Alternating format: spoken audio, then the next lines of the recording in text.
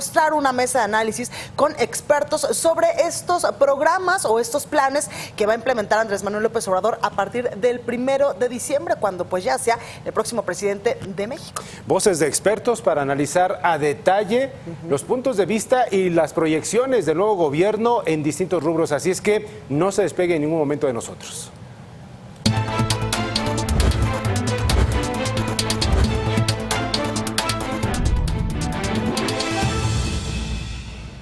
Y una de las propuestas de Andrés Manuel López Obrador es mover 13 secretarías del gobierno federal a diferentes estados de la República. La primera secretaría en cambiar de sede sería la Secretaría de Educación Pública. Así lo confirmó Esteban Moctezuma, próximo secretario de Educación, quien informó que la SEP tendría sus oficinas centrales en Puebla. Veamos. Esto es un esfuerzo gradual. La migración hacia allá tiene que ser algo además programado presupuestalmente, programado laboralmente, cuáles son las funciones que se van y cuáles se quedan. No queremos que nadie se sienta nervioso, sino que va a ser gradual y a lo largo del sexenio. Entonces, digamos, yo voy a tener en Puebla, para poner el ejemplo, la primera oficina. Y precisamente una de las promesas que promovió Andrés Manuel López Obrador a lo largo de la campaña rumbo a la presidencia de la República fue el cambio de sede de las diferentes secretarías, Héctor, y aquí tenemos pues a dónde se irían estas secretarías de Estado. Todo un movimiento en el ajedrez nacional, Blanca, amigos, en donde desde el norte, el centro y en el sur estarían ocupadas por las principales secretarías de Estado en la República Mexicana: Chihuahua, la Secretaría de Minería, Secretaría de Agricultura en Ciudad Obregón, Sonora, Recursos Forestales en Durango, la Comisión de Pesca y Mazatlán, Sinaloa. Estoy recorriendo la zona norte. También Nacional Financiera, Guanajuato, por ejemplo. Exactamente, Héctor. Por ejemplo, en Veracruz estaría la CONAGUA, la Secretaría de Energía. En Tabasco, quien es uno de los principales estados de la República, pues que tiene auge este sector. También, por ejemplo, Sectur estaría en Chetumal, Quintana Roo. La Secretaría de Medio Ambiente se trasladaría a Yucatán. Sectur, por ejemplo, la Secretaría de Turismo en Chetumal, Quintana Roo. Más hacia el sureste, la CFE en Chiapas. Petróleos Mexicanos, Ciudad del Carmen, Campeche. Exactamente, Héctor. Y la única que quedaría de planta aquí en la Ciudad de México sería las Secretarías de Gobernación, la Secretaría de Hacienda y Crédito Público, la Secretaría de Relaciones Exteriores, así como la Sedena y la Secretaría de Marina. Bien, damos la bienvenida a este estudio de Bitácora Política, La Transición, a Ricardo Martínez Rojas, socio director de La Vega y Martínez, a Andrés Ferráez, abogado y socio de Ferráez Benet, Segovia y Igartúa, abogados, y a Juan Carlos Cepeda, analista y socio de FWD Consultores. Bienvenidos los tres, muchas gracias. Gracias a ustedes por la invitación. Gracias. Muy bien, comenzamos con lo que ustedes consideran que es positivo o no es positivo esta iniciativa de Andrés Manuel López Obrador, de su gobierno, esta descentralización de dependencias. Comenzamos contigo, Ricardo. Pues gracias por la invitación. Bueno, pues mira, sí parece algo positivo el que podamos, como siempre se ha buscado, descentralizar las secretarías y lograr una mayor eficiencia y bajar el costo de esta ciudad que es terrible y las dificultades. Sin embargo, es justo decir que la ley federal burocrática establece algunos requisitos para poder llevarte las secretarías. La ley es clara que la decisión se tiene que justificar. Yo creo que el nuevo presidente encontrará elementos de justificación para poder mover a las secretarías. Sin embargo, el problema es el grupo de trabajadores. La ley es muy clara en el sentido de que el gobierno tendrá que pagarle al trabajador su traslado, su homenaje, y no solo el de él, sino el de toda su familia, de las personas que tiene en el primer grado, y ese es un costo que se tiene que considerar. El mover a todas estas personas va a incluir algunos costos adicionales, porque el trabajador de entrada, para poderse mover, tiene que haber una obligación de hacerlo. En términos generales, el lugar de trabajo es una condición de trabajo. Sí. Algunos trabajadores podrían negarse y decir, oye, yo no me puedo ir, mi familia no puede. Claro. Y como no es una obligación del trabajador moverse, quizás tendría que haber algunos pagos indemnizatorios. Bien. Y a lo mejor hacer una pequeñísima distinción. La ley federal burocrática tiene dos clases de trabajadores. Los trabajadores de confianza, Claro. que esos en materia burocrática no tienen estabilidad en el empleo. ¿Qué quiere decir esto? Que en el momento en que el gobierno termina alguna gestión o les dice terminó tu nombramiento, no hay un pago indemnizatorio. Claro. O sea, todo lo que se considera funcionarios públicos que son de confianza, esos en cualquier momento el Estado mexicano les puede decir, se acabó tu nombramiento, Bien. no te quieres ir, bye. Están los de base, Claro. a los cuales sí tienen derecho Indemnizarse.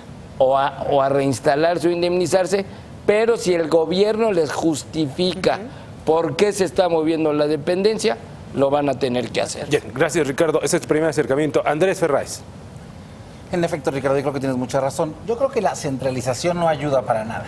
Yo creo que la centralización es un vicio que traemos desde hace muchísimos años y que en algún momento de nuestra historia lo tenemos que evitar, ¿no? Creo que genera muchos costos, que genera una inequidad importante, no genera una igualdad en todas las zonas del país que se necesita. Yo creo que la idea es magnífica. Tiene sus problemas, como los costos, como la manera de implementarse. Necesariamente tiene que hacer de manera paulativa. Tiene los derechos laborales, tiene, digamos, una necesaria acercamiento a todos los trabajadores de plantearles el lugar a donde se van, toda la infraestructura que no está lista en muchos de los estados. Yo creo que este nuevo gobierno que está trabajando a marchas forzadas podría realizar algunos acuerdos con asociaciones públicos-privadas para poder tener esta infraestructura que se necesita para poder trasladar las secretarías, e incluso con acuerdos muy beneficiosos para el país en el futuro. Creo que en un principio puede generar un poco más de gastos, un poco de molestia, no necesariamente, pero a futuro es algo que tenemos que hacer. Hoy, mañana... ¿Se sabe más o menos el universo, el número de trabajadores totales que tendrían que moverse? ¿Ya ahí está esa estimación? Sería aproximadamente 1.5 millones de trabajadores y de familias, 5 millones de familias que estarían trasladándose a lo largo de la República Mexicana, que es la primera estimación. Así es, con 5 millones de personas, digamos, en la primera estimación, así velos. Muy bien. Juan Carlos, ¿tú cómo entiendes este proceso? Yo creo que la parte administrativa es muy importante, pero la parte política y social Claro. funciona muy bien en este esquema. Lo bueno y lo malo, preguntabas tú, y voy a entrar por lo malo para dirimir un poco aquí los temas. La concentración de poder que se va a dar en este presidente que se ha venido discutiendo. Es decir, el llevar las secretarías a los estados va a tener otra vez, contrario a lo que se comenta, una centralización de las decisiones dependiendo otra vez del presidente de la República. Y dos, se está haciendo también un esquema de equilibrio de relaciones políticas con los gobernadores en cada una de las entidades. Esto es claro, es evidente que el gobierno federal tiene o requiere mayor influencia en las decisiones que se toman en los estados. Entonces, por la parte negativa, creo que la concentración de poder que se da en las cámaras, que se va a dar a nivel federal y presidencial, tiende un poco más a concentrar algunas decisiones en el Ejecutivo Federal. Lo positivo es que Andrés Manuel está inaugurando una nueva forma de hacer política, que no lo hizo Fox en la transición. Recordemos la transición en el año 2000, después con Calderón, siguieron las mismas formas políticas de relación con los estados, y creo que eso generó muchos problemas. Yo veo muy positivo que este gobierno esté inaugurando nuevas formas de hacer política. Y un tema bien importante, en campaña me tocó estar en diferentes estados con diferentes candidatos, y el ánimo social de esta iniciativa particularmente era muy alto. La gente sí está esperando que la equidad y el desarrollo llegue a las regiones que han sido olvidadas durante tantos años. Y es un mensaje muy claro. Andrés Manuel se ha caracterizado por dar mensajes muy claros, muy concretos a la gente. Y el mensaje que está dando con esta iniciativa es: el desarrollo debe ser equitativo en todas las regiones del país. Y yo creo que ese mensaje es muy importante socialmente hablando. Partiendo de esto que dices, Juan Carlos, el principal objetivo que ha dicho precisamente la administración o la futura administración de Andrés Manuel López Obrador es precisamente el crecimiento parejo en los estados, no solamente del centro, sino en todos los estados de la República, por eso pues la descentralización de estas dependencias. Pero este crecimiento económico se verá ¿cuándo? ¿En los primeros momentos o tendremos que esperar casi hasta finales del sexenio cuando pues ya empecemos a ver estos resultados? Porque además también hay que decirlo, podría haber desintegración de familias, porque hay muchas familias que el papá sí trabaja en el gobierno federal, la mamá en una empresa privada, por ejemplo, y los hijos están estudiando, no sé, la universidad o la primaria. También quiero preguntarles, ¿hay esta infraestructura en salud, en educación, en otros estados de la República para poderse llevar a todas estas familias? Comienzo contigo. Inicialmente, yo creo que sí va a haber retos grandes que resolver. Efectivamente, se van a generar problemas en la movilidad. Creo que los estados sí requieren infraestructura. Muchos de los estados, este tipo de proyectos les va a ayudar a desarrollar la infraestructura. ¿Cuándo? Tiene que ser gradual. Pero en términos de comunicación política hay un término que se llama quick wins, que son acciones inmediatas que se tienen que ver muy rápido por la gente. Claro. Entonces, creo que algunas dependencias, por ahí decían que por lo pronto 2 dependencias de manera inmediata, La entrando al Secretaría de gobierno. Educación Pública, Puebla. Así es, y la de Turismo a Quintana Roo. Por lo pronto esas 2 de manera inmediata se iban a empezar a hacer los procesos y los trámites legales y administrativos. Tienen que empezar a demostrar que esta propuesta funciona, porque si no lo demuestran muy rápido, el ánimo se empieza a caer. Bien. Claro. Oye, a lo mejor ahí señalar que todos estos trabajadores que se moverían pertenecen al ISSSTE. Y entonces el ISSSTE sí es una organización nacional que Claro. tiene, en todos los municipios tiene una representación. Creo que incluso fortalecería al ISSSTE el hecho de que tenga más personas a quien atender. Claro, será redistribuir, pero finalmente en materia de seguridad social y médica, creo que con el ISSSTE tendríamos la capacidad de poderle dar a todas estas personas que se muevan la seguridad social, que es básica, ¿no? Y la médica, que eso me parece importante. 2 temas de platicar. Uno, infraestructura. Yo creo que no va a haber. Incluso el ISSSTE, pues claramente no tiene hospitales ni manera de atender. En un principio no va a haber, pero qué bueno que ahora haya, porque hoy hay ISSSTE que no funciona bien, digamos. Todo el ISSSTE que funciona adecuadamente está en la Ciudad de México. Esta centralización tampoco ayuda a esas personas. Es decir, queremos hacer un desarrollo equitativo, igualitario con todo el país. Y el segundo tema es si hay una forma nueva de hacer política, como bien decía Juan Carlos, que a mí me parece correcta, ¿no? Que puedes cuestionar o no esta centralización del poder que está haciendo, pero lo que hemos visto es que no funcionan estos gobernadores absolutos, casi virreyes de una situación, y que tener un secretario de Estado en su mismo territorio al final, que no lo hemos analizado a fondo, es un tema que no hemos analizado, digamos. ¿Va a equilibrar el poder? Al final va a equilibrar el poder, o sea, al final está, pues no sé, el secretario de Turismo con el gobernador de Quintana Roo. O concentrar el poder, ¿no? O concentrar el poder. Depende de la manera en cómo se vea. Pero al final con los gobernadores, que es lo que hoy sabemos que no ha funcionado, ¿no? O sea, hoy creo que sí tenemos un gobierno que la gente votó para acceder a un cambio. Estos gobernadores ya no van a ser virreyes. O sea, estos gobernadores van a tener un secretario que les haga un poco de contrapeso político, más los coordinadores, como bien mencionaba Juan Carlos, que creo que eso ayuda. Muy bien. No perjudica. Muy bien, tenemos que hacer una pausa mientras nosotros estaremos con usted después de esta, platicando con Ricardo Martínez, Andrés Ferrayz y Juan Carlos Cepeda. Bitácora Política de la Transición, no se despegue de nosotros, es breve. Volvemos.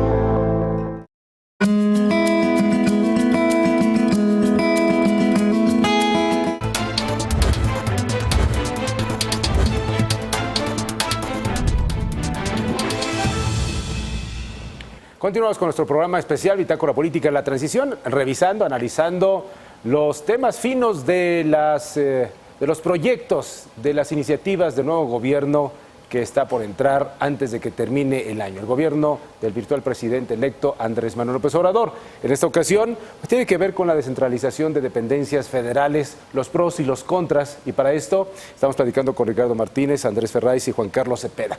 La pregunta para los tres es: si bien hemos observado los pros y los contras en materia de infraestructura, capital humano, algunas de las entidades donde habrían de llegar estos nuevos huéspedes de distintas entidades han considerado, bueno, a nosotros cuando nos pidieron la opinión, cuando nos pidieron la posibilidad, si es que queríamos o no recibir tanta gente, dependiendo de las entidades. En materia global, dirán los expertos que eso conviene, detona, equilibra, ¿no?, en las distintas partes de la República Mexicana. Pero, ¿y los ciudadanos? ¿Qué piensas, Ricardo? A ver, a mí me parece que la idea estaba guardada, Dante, hace muchos años. Desde hace muchos años se planteaba el tratar de ir a sacar las secretarías. Yo creo que es una posición valiente de López Obrador. Y acuérdense que pues nuestro gobierno es federal. En realidad las facultades de mover a las secretarías son totalmente del presidente de la República. Entonces, no tiene por qué pedir permiso. Y a mí me parece que esto hay que mezclarlo con la idea que tiene el propio López Obrador de controlar el gasto de los salarios. Él mismo propone bajar su salario. Quiero hacer una precisión importante. Sí. Para lo que es salarios de los trabajadores y tanto de los funcionarios del gobierno, el gobierno federal tiene la facultad de anualmente fijar los salarios. Y dice, lo único que dice es que en el periodo fijado no los puedo bajar. Si ya dije que el señor presidente va a ganar 106,000 pesos, no se los puedo bajar a medio ejercicio, pero sí puede estar variando. ¿Qué es lo que está buscando? Que en el momento en que traslade cualquier secretaría a otro estado, los costos son normalmente más baratos. Quizás Cancún y esas ciudades caras no te vas a ir ahí. Pero si tú buscas que vas a relocalizar a los trabajadores, con el salario que les puedas bajar un poco o con el mismo salario, van a tener un mejor nivel de vida. Entonces, me parece que hay un equilibrio en dos cosas. Quitas el alto costo de la Ciudad de México, sí, te vas a lugares más baratos y eso les va a rendir mejor sus salarios. Porque la propuesta clarísima que está haciendo López Obrador de bajar los salarios, mucha gente se espanta y dice, claro, oye, ¿pero por qué? Vivo en una ciudad carísima, claro, y todavía me vas a bajar el salario, vas a perder talento, que esa es una parte que tiene que cuidar mucho. A la hora que mueva la gente, que no perdamos hay gente muy talentosa en el gobierno mexicano, a muchos niveles que no los puedes perder. Entonces quizás esta combinación de moverlos con bajar el salario puede ser una combinación que bien vendida va a requerir mucho trabajo de comunicación con todos los trabajadores, pero a mí me parece que es una cuestión muy bien intencionada, muy bien pensada. Todos nos quejamos de esta ciudad, casi a cualquiera que nos diga, va a bajar entonces. Casi a cualquier persona que le digas, oye, ¿te vas a vivir a otro lado? Dice, sí, con tal de salirse de este lugar donde te estás ahogando. De acuerdo. Y si a eso te dicen, voy a tener el puesto asegurado, voy a tener a lo mejor un salario un poco mejor, pero me va a alcanzar más, yo creo que la medida es valiente, es oportuna, pero la tiene que manejar con mucha delicadeza, si no se le pueden incluso revertir con los sindicatos de la federación, ¿no? Es importante, gracias Ricardo. Andrés, ¿tú cómo lo ves desde este punto de vista? Y sobre todo la pregunta es, si hoy todo indica que sí se puede, ¿por qué antes no, aunque tenían el proyecto otros gobiernos, por qué no? ¿Era un tema de voluntad política, simplemente era demasiado movimiento? ¿Qué piensas? Mira, yo creo que es demasiado movimiento. O sea, yo creo que el reto es enorme. Que es más, sí, el trabajo es el mismo. Sí, aquí claro, el punto es que la iniciativa y los pantalones. Sí. La voluntad política es clara. Yo creo que hoy tenemos un presidente incansable que no deja de trabajar, que quiere generar esta equidad. También la propuesta de reducir solo a 3 secretarías, 3 subsecretarías, cada secretaría de Estado, también me parece a mí que va a ser si va a lograr los ahorros que tanto prometió, ¿no? Creo que no necesariamente eso va a ser más ineficaz el gobierno. Y ahora, este tema yo creo que, como bien decía Ricardo, sí te va a generar mejor sueldo y mayor calidad de vida. No vas a tener que estar 3 horas en el tráfico todos los días, que necesariamente te vuelve también más ineficiente, de acuerdo, queramos o no, para todos los trabajadores de base. Difícilmente se va a lograr cambiar todas las dependencias. Hacíamos un monto económico que se prevé más o menos 125,000 millones de pesos para la construcción, equipos, sistemas inmobiliarios y mudanzas de las 31 dependencias. 125,000 millones de pesos, que no necesariamente tienen que salir del presupuesto federal.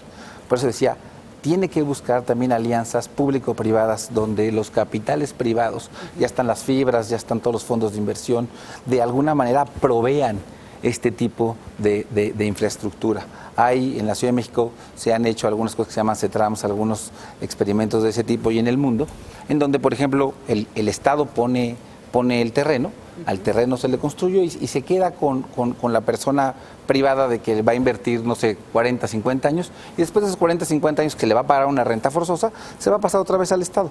Una solución así, donde no tendrías que gastar 125,000 millones de pesos y te proveería la infraestructura necesaria para poder cambiar estas dependencias, yo creo que ayudaría mucho, ¿no? Muy bien. Juan. Preguntabas tú si había escuchado a los ciudadanos o dónde estaban estos ciudadanos. Sí. Yo creo que una de las características de Andrés Manuel, que la demostró no solo en campaña, sino en los últimos años, ha sido la de escuchar. Y al escuchar a los ciudadanos, traducir eso en propuestas concretas, muy fáciles de entender y de traducir. Creo que la respuesta a mucho de lo que escuchó en las regiones del país es este tipo de propuestas, es decir, cómo movilizar, cómo hacer más equilibrado el desarrollo del país. Tú preguntabas algo bien interesante, ¿por qué no lo habían hecho antes? Yo creo que no se atrevían a llevar a cabo un proyecto de tal magnitud en el que evidentemente puede tener muchos beneficios, pero también va a tener grandes retos que ya los mencionaron aquí. Políticos. Y costos políticos y sociales también. Claro. A la larga, creo que va a ser una muy buena propuesta si se instrumenta bien. El ánimo social, de verdad, es bien interesante cuando vas a los estados. Más de 5 o 6 estados me tocó estar en ciudades donde se decía, oye, es importante que el presidente piense en nosotros, porque no pensaban en nosotros. El gobernador instruía, decidía, pero no estaban pensando en nosotros. La gente no se sentía interpelada por el presidente directamente. Con este tipo de acciones, la verdad es que el ánimo social creo que está en un muy buen punto para llevar a cabo un reto de este tamaño. Muy bien, para cerrar. Y yo quiero preguntarles, ¿qué va a pasar, por ejemplo, con aquellas personas que se concentraban exactamente aquí en la Ciudad de México? Porque aquí estaban pues todas las secretarías, o en este momento están todas las secretarías de Estado, y que de repente, por ejemplo, yo tenga que hacer un trámite como, pues no sé, como el sector ganadero o como empresario ganadero, y ya no tengo que venir a la Ciudad de México, ya tengo que trasladarme a otro estado de la República. ¿Pensó también en eso Andrés Manuel? Tienen un minuto los tres.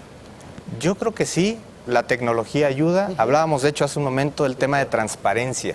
Es decir, muchos de estos trámites, la concentración hace que sean más lentos, nichos de corrupción. Claro. Yo creo que si lo vemos desde el punto de vista positivo, esto va a ayudar a transparentar, a generar sistemas y sobre todo a generar mayor transparencia para la ciudadanía. Para que la gente no se tenga que ir a los estados de la República a hacer sus trámites. Exactamente. Un poco la crítica era también cómo vas a generar esta intercomunicación entre secretarías. Como si esta comunicación necesariamente hoy se tenga que hacer de manera personal. Sí, claro. Pues, ¿qué vas a tratar? Sí, que claro. no puedes tratarlo en una videoconferencia. Totalmente. Es un poco lo que decíamos. Claro que lo puedes. Eso sería puede también ser. un paso al futuro. Sí. Yo también. Bueno, pues ya estamos, ¿no? Ya Inmersos. estamos, pero pocos lo implementamos. Hace unos minutos hablábamos del home office y yo iba más lejos, el bed office, que es el que yo hago.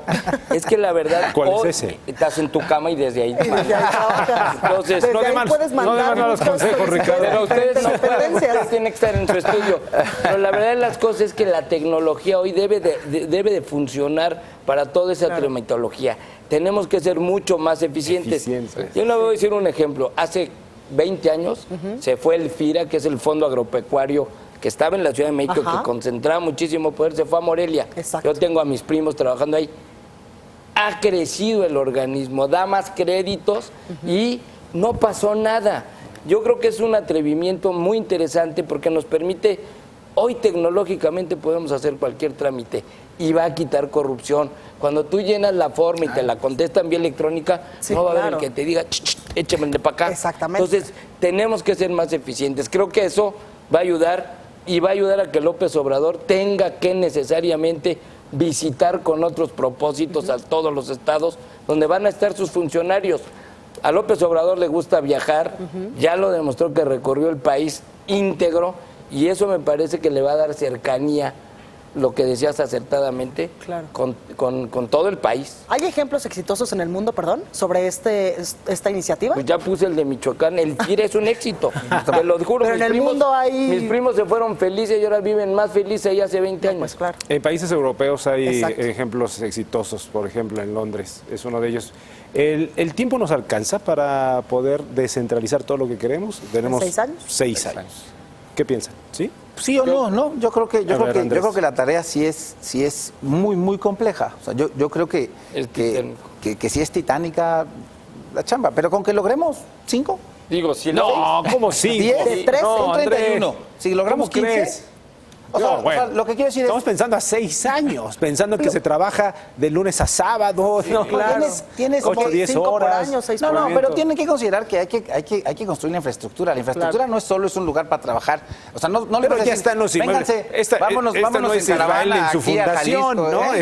Este no es Israel en su fundación. Ya están los edificios, ya hay gente trabajando, ya están... Tlaxcala. Todo cultura se va a Tlaxcala. Digo, estoy poniendo un ejemplo. Tlaxcala tiene un edificio, o sea, ya tiene todas las viviendas para Claro, tener... sector inmobiliario Pero no vas a tendría trasladar ahí. un millón de con todo, personas. pues sí vas a trasladar, Yo creo 500,000 que con tu familia, detona muy bien. escuelas. Detona muy bien, porque si tú vas vas luego a lugares muy chiquitos y ya ves un muy buen edificio, Sí. Claro. va a detonar en tu área el inmobiliario. Y eso es muy bueno para yo también mí. le pregunto. Correcto. Yo creo que el proceso va a ser más importante que el resultado. Es decir, lo que genere esta iniciativa va a superar por mucho el que al final digamos llegamos o no al número. Muy bien. Ricardo, Andrés, Juan Carlos, muchísimas gracias por estar con nosotros esta noche. Fue de verdad constructivo todo lo que hemos mencionado. Gracias por sus conocimientos y comentarios. Y con eso nos despedimos, Blanca. Exactamente, gracias por estar con nosotros. Esto es Bitácora Política, La Transición. Lo vemos el próximo martes con otro tema referente pues a estos